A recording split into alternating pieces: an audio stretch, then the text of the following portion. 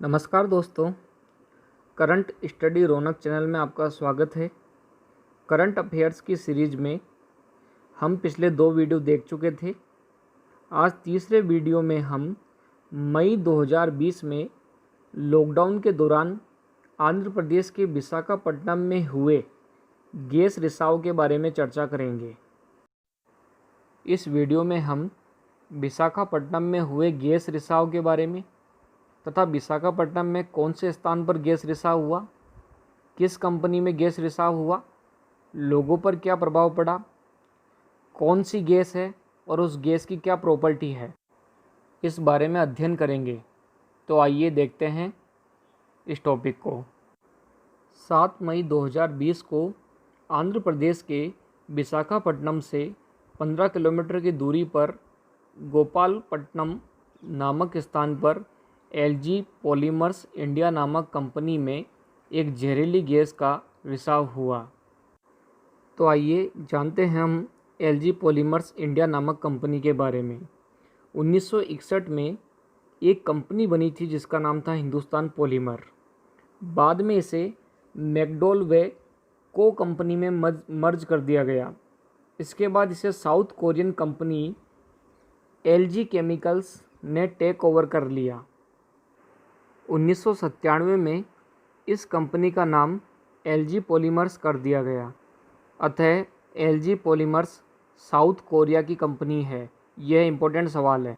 दरअसल इस प्लांट से स्टाइरिन नामक एक विषैली गैस का रिसाव हुआ था, जिस कारण इस क्षेत्र में लगभग 12 के आसपास लोग मारे गए, कई पशु हताहत हुए, कई लोगों की सेहत पर नकारात्मक प्रभाव पड़ा, लोगों को गले, आँख तथा त्वचा आदि में जलन महसूस हुई, सांस लेने में तकलीफ हुई और लगभग 3 किलोमीटर क्षेत्र में इसका प्रभाव देखने को मिला था। अब हम जानते हैं कि इस गैस रिसाव की घटना के पीछे क्या कारण रहे होंगे। कंपनी के अधिकारियों का मानना है कि लॉकडाउन के दौरान लगभग 40 दिन तक यह प्लांट बंद रहा था। इस प्लांट में सीमित कर्मचारी ही कार्य कर रहे थे और यहाँ पर 5000 टन क्षमता के 2 टैंक या कंटेनर जो थे उनमें स्टाइरिन गैस भरी थी और यह गैस लीकेज हुई थी। स्टाइरिन गैस को 20 डिग्री सेंटीग्रेड से कम ताप पर स्टोर किया जाता है। इससे अधिक ताप होने पर यह आसानी से वाष्पित हो जाती है। तो शायद केमिकल रिएक्शन अर्थात रासायनिक क्रिया तथा इन दोनों टैंक या कंटेनर्स में ऑटोमेटिक हीट बढ़ गई और हीट बढ़ने के कारण स्टाइरिन गैस का रिसाव होना प्रारंभ हो गया था। अब देखते हैं कि स्टाइरिन गैस जो है इसके बहुलकीकरण या पॉलीमराइजेशन से पॉलीस्टाइरिन का निर्माण होता है और पॉलीस्टाइरिन जो है उसका हमारे दैनिक जीवन में बहुत ही अधिक उपयोग होता है। सबसे पहले मैं एक बात बता दूं कि यह बहुलकीकरण या बहुलक बनना क्या होता है। यदि आपने रसायन विज्ञान को पढ़ा हो 11वीं या 12वीं की कक्षा में अथवा 10वीं की कक्षा में, तो आप पाएंगे कि जब छोटे छोटे सरल अणु आपस में मिलकर उच्च अणुभार वाले अणु का निर्माण करते हैं तथा ये अणु आकार में बड़ा होता है तो इसे बहुलक कहते हैं। सीधी सी बात है कि किसी मकान को बनाने में कई सारी ईंटों का प्रयोग होता है। वे सारी ईंटें जब अलग अलग होती है तो वह एकलक होती है और जब वो सब मिल जाती है तो वह बहुलक बनाती है। स्टाइरिन या पॉलीस्टाइरिन के उपयोग से फूड पैकेजिंग किया जा सकता है, अर्थात जो हम फूड होता है या भोजन होता है या फूड प्रोडक्ट होते हैं उनको किस प्रकार से स्टोर कर सकते हैं, उन चीज़ों को बनाने में पॉलीस्टाइरिन का उपयोग होता है। इसके अलावा ऑटोमोबाइल्स इंडस्ट्री में तथा रसायन विज्ञान की प्रयोगशाला या लेबोरेटरी में फूड कंटेनर्स में, प्लास्टिक्स कप बनाने में, कटलरी बनाने में और पंखे के ब्लेड्स या फैन ब्लेड्स बनाने में किया जाता है, क्योंकि पॉलीस्टाइरिन जो है एक प्रकार का वर्सेटाइल प्लास्टिक है। ठीक है, अब हम स्टाइरिन गैस की प्रॉपर्टीज या उसके गुणों के बारे में अध्ययन करते हैं। तो देखिए, स्टाइरिन गैस जो है यह रंगहीन होती है तथा ये अत्यंत वाष्पशील होती है। थोड़ा सा उच्च तापमान पाते ही यह आसानी से वाष्पित हो जाती है। इसके अलावा यह एक कार्बनिक यौगिक है। कार्बनिक यौगिक का मतलब है कि इसका एक कंपाउंड जो है कार्बन है, और हम देखते हैं कि पृथ्वी में कार्बन में श्रृंखलन का गुण पाया जाता है। इस कारण कार्बन जो है अधिक यौगिक बनाता है। और स्टायरीन गैस जो है बेंजीन का व्युत्पन्न है। बेंजीन वलय का सूत्र C6H6 होता है। और स्टायरीन गैस जो है एक प्रकार से हाइड्रोकार्बन है, क्योंकि इसका अणुभार C8H8 है, अर्थात इसमें कार्बन भी है और हाइड्रोजन भी है।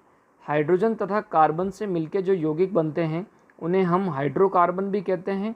अब ये तो इसका अणुभार हुआ C8H8, लेकिन स्टायरीन के सूत्र को जब हम देखते हैं तो इसका सूत्र है C6H5CH डबल बॉन्ड CH2।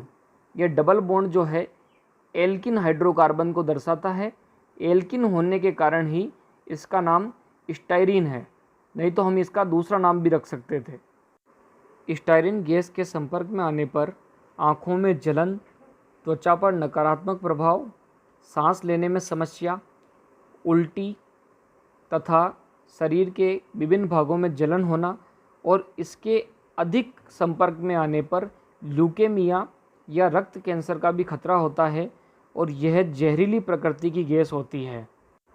लंबे समय तक स्टायरीन गैस के संपर्क में रहने पर इसका सबसे नकारात्मक प्रभाव हमारे केंद्रीय तंत्रिका तंत्र पर पड़ता है। इसके अलावा स्टायरीन गैस के अन्य नाम हैं विनाइल बेंजीन, एथेनाइल बेंजीन तथा फिनाइल बेंजीन। इस गैस का संग्रहण तरल माध्यम में ही किया जाता है। इस गैस रिसाव कांड ने हमें 36 साल पहले मध्य प्रदेश के भोपाल में हुए एक अत्यंत दुखद घटना भोपाल गैस कांड की याद दिला दी। यह घटना जो है उद्योगों के सुरक्षा मानक पर सवाल खड़े करती है कि हम निरंतर आगे बढ़ते जा रहे हैं, लेकिन उसके बावजूद विज्ञान के क्षेत्र में हमारे जो उद्योग हैं वो अधिक सुरक्षित नहीं हैं, और इस प्रकार गैस रिसाव की घटना जो है यह गैर जिम्मेदाराना प्रवृत्ति को दर्शाती है। 2-3 दिसंबर 1984 की रात को भोपाल में यूनियन कार्बाइड इंडिया लिमिटेड के कारखाने से जहरीली गैस मिथाइल आइसोसाइनाइड का रिसाव हुआ था, जिसमें लगभग 25 से 30 हज़ार लोग मारे गए थे। इसके अलावा लाखों लोग जो थे भोपाल व इसके आसपास के क्षेत्र में, वो मिथाइल आइसोसाइनाइड के प्रभाव के कारण या तो विकलांग हो गए या कैंसर से प्रभावित हो गए, और आज भी यह त्रासदी जो है लोगों के मन में जिंदा है। आगे से ऐसी घटनाओं को रोकने के लिए हमें यह निर्धारित करना होगा कि इस प्रकार के जो प्लांट हैं जो रासायनिक कार्य से जुड़े हुए हैं, इनको आबादी से दूर बनाया जाना चाहिए, ताकि जहरीली गैस के रिसाव के दौरान भी जनहानि को रोका जा सके। सरकार द्वारा समय समय पर कंपनियों को जो सिक्योरिटी मेजर्स या सुरक्षा मानक बताए जाते हैं उनका पालन करवाना व करना अति आवश्यक है। जो भी ऐसी घटना के लिए उत्तरदायी हो उनकी रेस्पॉन्सिबिलिटी तय होनी चाहिए, और उसी अनुसार उसी कंपनी के द्वारा प्रभावित लोगों को मुआवजा दिलाना चाहिए। इसके अलावा सरकार द्वारा जो नीतियाँ बनाई गई है उनका क्रियान्वयन करवाना ज़रूरी है, और इसके अलावा इस क्षेत्र के लिए सरकार को विशेष पॉलिसी बनाने की ज़रूरत है। तो इस वीडियो में हमने हाल ही में विशाखापट्टनम गैस रिसाव के बारे में जाना।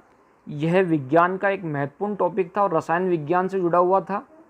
तो आने वाली भर्तियों में इस टॉपिक से जुड़े हुए एक सवाल कम से कम देखने को अवश्य मिलेगा। भोपाल गैस कांड के बारे में एक नया वीडियो और बनाएंगे। वीडियो को पूरा देखने के लिए धन्यवाद। पसंद आए तो इसे लाइक कीजिएगा, शेयर कीजिएगा, सब्सक्राइब कीजिएगा।